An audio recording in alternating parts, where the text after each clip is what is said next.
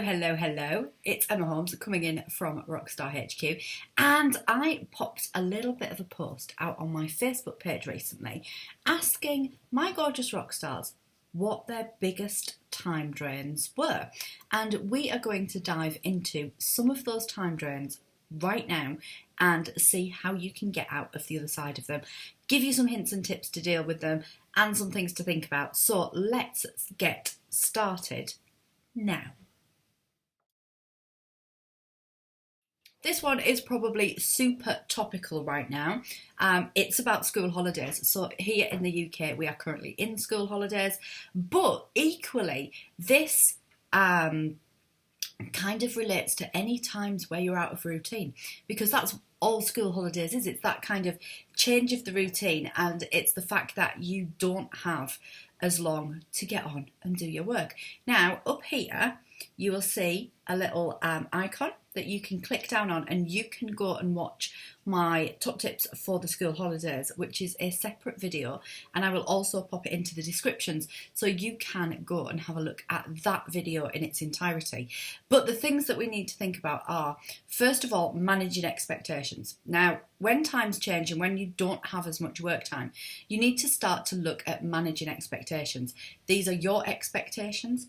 These are potentially the children's expectations if we're talking about school holidays, and these are your customer and your crowd and your client's expectations.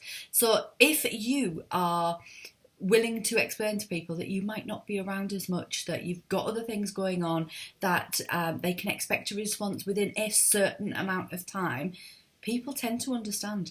It's when people are left in the dark and they don't really know what to expect, and they don't really know when you might be back in touch, and they feel a little bit ignored, that actually that becomes a thing. And we don't want it to become a thing. So think about how you can manage expectations, how you can let your clients and customers know, how you can have an out of office on your messages and on your emails. But always make sure that you diary into your diary for when you return to turn those messages off, because so often you see those messages staying on. They tend to be after Christmas. You see a whole stack of out of office messages that are completely out of date. So remember to switch them off. When we look at managing expectations for yourself, if you don't have as much work time, don't expect yourself to get as much done. It's a really easy thing to think about. What I do is I make sure that I've got a micro-focused to-do list. So I take tasks down into their minutest of detail, so that if I do get time and opportunity to jump in and do things, that I'm able to get on and get them done. But also, I know that there's certain things that don't need to be done, and they can go off into my kind of active to-do list that will be reinstated once normality sets back in. So yes, I'm capturing those ideas. Yes, those jobs aren't going by the wayside, but equally, they don't need to be done right now. So as long as I'm getting them on the list of things that I'm going to do when normality re-establishes itself, then that's a good thing. Make sure that you are smiling. It's really easy to get stuck in how busy things are, how things are different. We can tell ourselves stories that therefore create more stress. So when we tell ourselves these stories about how much we've got to do and how little time we've got, we start to create this thing in our heads where we just don't have enough time. We don't have enough time. There's not enough time. And the time story is one that I see so many entrepreneurs falling into, because we all have the same amount of hours in a day, and yet there are times where we don't have the same amount of hours to actually get our work done. But equally, when we look at the little pockets of time that we've got, if we've got that active to-do list that I talked about just a minute ago, if we've got that in place, then those little pockets of time can become productive pockets of time. Make sure that you're a little bit more flexible, because things are going to happen. You know, it might be that you're setting out and you're going to go, right, okay, so today the kids are doing other things and it's going to be, I'm going to get on, and then a curveball can come hit you straight in the face. There's got to be a level of flexibility there, because things may well change, things may well become a bit of a thing. But remember, go and watch that video that is all about school holidays and the survival of school holidays in business, because that might just help and support you a little bit further. The next one was family, and this is one of those things that I think that lots of home-based entrepreneurs certainly do find really, really difficult, and that is the management of people who just want to pop around for a coffee or want their Amazon order delivered to your house, or who think that you're just sat at home doing nothing and that they can call upon you whenever they see fit. Now, I know that this one happens, and you know, I have quite tight boundaries in relation to actually when I am working and communicating that to people, and to particularly family members who might want to come popping round and do whatever it is they want to do, or nip out to the shops. And you know, we do now diary things in so that it doesn't come as a bit of a I'm obligated to kind of curveball in my working day.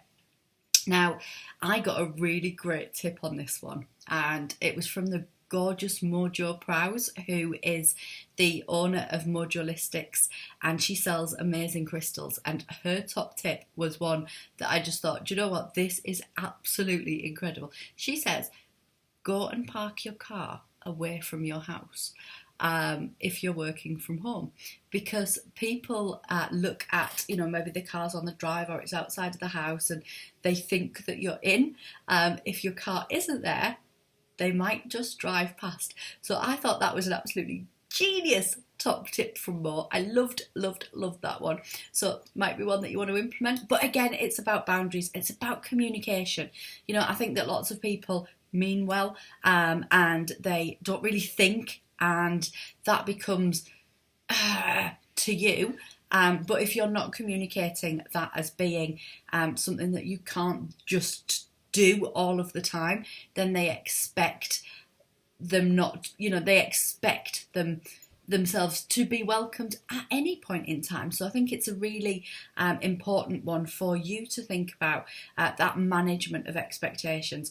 Look at little strategies that you can take, you know, that will help you to potentially avoid the situation like Mo has with parking around the corner, or whether it is, you know, being a little bit stricter and a little bit firmer with those who want to just pop by for a quick coffee whenever the time fits. So I hope that one helps a little bit. Deciding what to do when. So lots of people spend too much time thinking about what they should be doing, and I know this one's a massively kind of funny one when you actually look at it in its truth, is that worrying about how to structure your day, worrying about what tasks you should be doing, deciding on what to do when, can be the biggest time drain when what you're trying to do is be more productive. So some top tips here. If you are a very structured person, if you need to have an awful lot of structure in your work, then it's a good idea to spend some time on a Sunday evening, go through your diary, block out certain times that you're going to do certain tasks. So when I was first self-employed, what I would do would be, I would block out, right, on a Monday, I'm going to do writing kind of work. So I'm going to do my social media posts, and I'm going to make sure that they're scheduled for the week ahead. On a Tuesday, I might do blogging. On a Wednesday, I might record videos. On a Thursday, I might look at creating imagery and things like that. And on a Friday, I might do some additional learning and progress work. So it's about looking at, you know, what time you have throughout the week, what tasks you want to fill into that time, and allocating tasks to certain times. So if every week you do your social media in bulk, Mondays, social media in bulk. Tuesdays, I'm going to write my blog and I'm going to write my newsletter and I'm going to get it scheduled in. On a Wednesday, I'm going to create imagery. On a Thursday, I'm going to do this. And on a Friday, I'm going to do this. And you can start to create those active to-do lists within each day so that you don't get lost, so that you know what actions you need to take. Now, I stopped doing that because I felt that what ended up happening to me was I ended up working against myself an awful lot. So if I wasn't in the mood to record, or if I wasn't in the mood to write, what I would end up doing would be trying to kind of squeeze it out of myself, and I wouldn't create my best work. which isn't really good, is it? So I had to make a alternative kind of system for me. So now what I do is I sit down on a Sunday evening and I write a active to-do list. So I spend some time just going through all of the things that I want to do, and I stick it in this action list here. And you can get these over on the website. I'll make sure the link is in the description.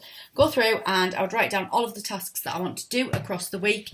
And what I will then do is I will pick the tasks based upon when, you know, if I'm in that space, if I'm in the writing space, if I want to do writing, then I'm going to sit down, I'm going to get writing, and I'm going to, you know, I'm going to be able to do that with ease. It's going to flow. It's going to be easy to create. If I'm in the mood for recording, then again, I can get a lot of them videos batch recorded and done all together. What I do is I have a little bit of a killer code. So the last possible day that these things can be done. So if they've got any kind of deadlines on them, then that goes into my list.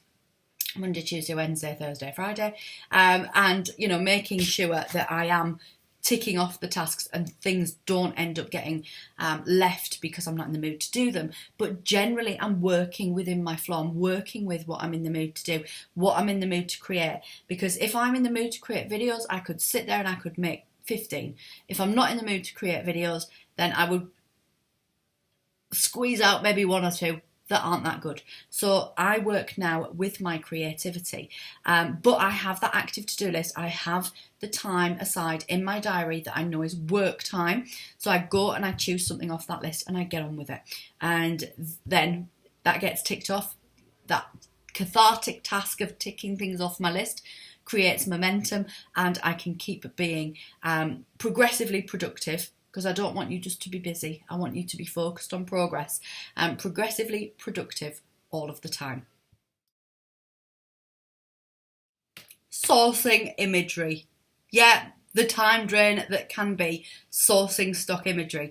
Now, this is a really common one as well, and it can be a complete drain on your time, your energy, your resources. It can be a huge big deal. But what I certainly used to do, I don't use as much stock imagery anymore. I use much more imagery of me. But when I did use an awful lot of stock imagery, I used to spend time bulk downloading stock imagery and then kind of just having a little bit of a filing system on my computer that allowed me to be able to sort of categorize the images that I already had. I made sure that I would sit, and because it was a little bit of a brainless task, I could often sit with my laptop on my phone on my knee, you know, watching the TV, it being kind of that half concentrating, half not concentrating, and download imagery in bulk. The type of imagery that would work for my business, the type of photos that I am generally looking for. And I would just spend time just downloading the photos that I wanted and started to categorize them. So most of the time, I wasn't having to go on an image search. I would already know what type of image I needed and what I already had. I would also create imagery in bulk. So if I was doing social media imagery, I would sit down and do, you know, a couple of weeks worth of memes all at one time. Again, something I don't do as much of now, but I would sit and create in bulk. So I would download in bulk, create in bulk, and have them ready in bulk. So I think imagery is a great one to bulk task so that you don't feel like you're spending all of your time always looking for images. So I hope that top tip helped. So there's the first 4 time drains on our list. I will be doing a video with even more to come. If there is anything particular that you want me to cover, if there's any particular time drains that come up for you, get in the comments. I would love it if you like this video to make sure you tick like, make sure that you are subscribed to the channel if you aren't already, because it would be lovely to have you around in the long term, and that means that you won't miss a beat, you won't miss any of the entrepreneurial tips, the business strategy, the mindset stuff, the how-tos that come out on the channel each and every week. So have an absolutely lovely rest of your day. Like, subscribe, turn the bell on so that you can get notifications as to the videos that come out here. Speak soon. Bye.